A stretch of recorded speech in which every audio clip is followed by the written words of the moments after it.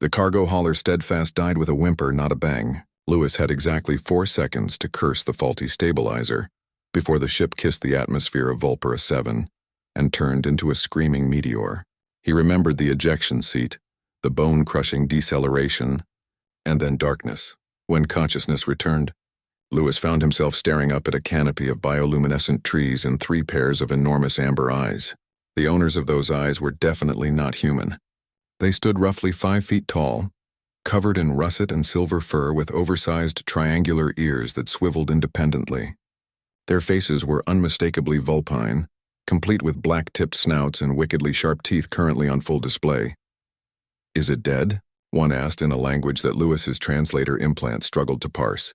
"Smells alive," another replied, her nose twitching. "But also smells wrong. No fur, pink skin. What is it?" The third, smaller than the others with rust-colored fur and a white-tipped tail, crept closer.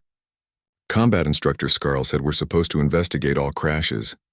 Protocol Sigma 9. Her voice carried the uncertain confidence of someone reciting memorized rules. Lewis groaned and tried to sit up. 3 sets of ears immediately flattened against 3 skulls, and the Vulperon younglings leaped backward in perfect synchronization. Their tails bushed out to twice their normal size. "It's alive," the rust-furred one yelped. I'm human," Lewis managed, his translator finally catching up. "My ship crashed. I need help." The 3 younglings exchanged glances. The rust-furred one, Orla he would later learn, tilted her head with the kind of analytical curiosity that reminded Lewis of his sister's kids studying a particularly interesting bug. "Human?" Orla's ears perked forward. "From the Terran Coalition? We learned about your species in xenosociology. You're supposed to be extinct." "Greatly exaggerated," Lewis muttered, finally managing to sit upright. His ribs screamed in protest and his vision swam. "Reports of my extinction are greatly..." He swayed. Orla darted forward with surprising speed, her surprisingly strong arms catching him before he toppled. "You're injured. We need to get you to the med bay." She looked at her companions. "Help me." "Orla, we're not supposed to bring unauthorized aliens to the academy," one of the others protested. "He'll die if we don't," Orla snapped, her tail lashing. "Is that what you want to report to Combat Instructor Scarl? That we let an intelligent being perish because of protocols?" The debate was cut short by Lewis losing consciousness again. He woke in what appeared to be a military dormitory, surrounded by the organized chaos of adolescent habitation. Posters of starships and battle formations covered the walls.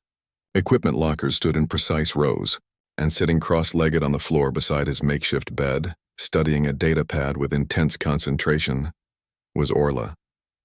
Her ears swiveled toward him before she looked up. "You're awake. Good. I've been researching human physiology. Did you know your species requires approximately 8 hours of continuous unconsciousness daily? That seems evolutionarily disadvantageous." "It's called sleep," Lewis said, his voice hoarse. "Where am I?" "Skyfall Academy. Military Preparatory School, 3rd Cohort, Junior Division." Orla's tail swished with barely contained excitement. "I smuggled you into the dormitory. My denmates are covering for us during evening drills." Lewis processed this information with growing alarm. "You smuggled me into a military school?" "Kid, I appreciate the save, but I'm not a kid," Orla interrupted, her ears flattening slightly. "I'm 14 solar cycles. In Vulperan society, that makes me a cadet in training."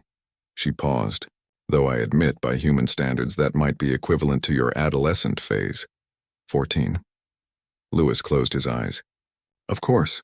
Listen, Orla, you need to tell your instructors I'm here. I'm a civilian freighter pilot. I don't belong in a military installation." "I can't," Orla said, her voice dropping.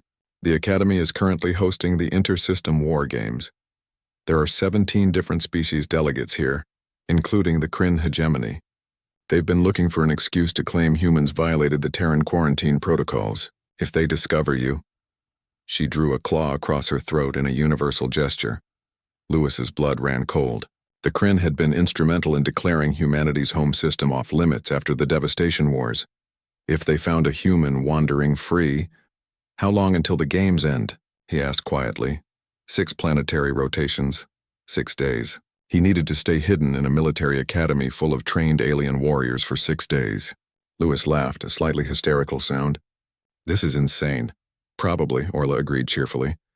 but I've calculated our odds of success at approximately 43%, which combat instructor Scarl says are acceptable combat parameters. She stood, her tail swishing with determination. Now let me explain the daily schedule. Morning formation is at dawn. You'll need to hide in my equipment locker during inspections. Over the following days, Lewis discovered that Orla was both brilliant and utterly lacking in self-preservation instincts. She smuggled him food from the commissary, taught him basic Vulperan customs to avoid standing out, and enlisted her denmates in an increasingly elaborate cover-up operation. In return, Lewis found himself offering advice on her tactical studies. Human warfare, it turned out, was considered ancient history but contained insights these young aliens had never encountered. His suggestions on three-dimensional combat maneuvers earned Orla top marks in her simulation exercises. "Your species is fascinating," Orla said one evening, her ears perked forward with curiosity. "Instructor Scarl teaches that humans were too aggressive, too violent for civilized space. But you're not violent at all." "We could be," Lewis said quietly, "when we needed to be. But mostly we just wanted to survive, to protect what mattered." He looked at the young Vulperan who'd risked everything to save him, kind of like someone else I know. Orla's fur rippled. What he'd learned was a Vulperan blush. On the 6th day, as the delegates prepared to depart, Orla guided Lewis through maintenance tunnels toward the visitors' hangar. They were so close. Just 50 more meters, Cadet Orla, they froze. Combat instructor Scarl stood in the corridor, her silver-gray fur and battle-scarred muzzle marking her as a veteran. Her amber eyes fixed on Lewis with unsettling intensity. "Instructor, I can explain," Orla began. Scarl raised a paw. "The human pilot Louis Chen reported missing in this sector 6 days ago.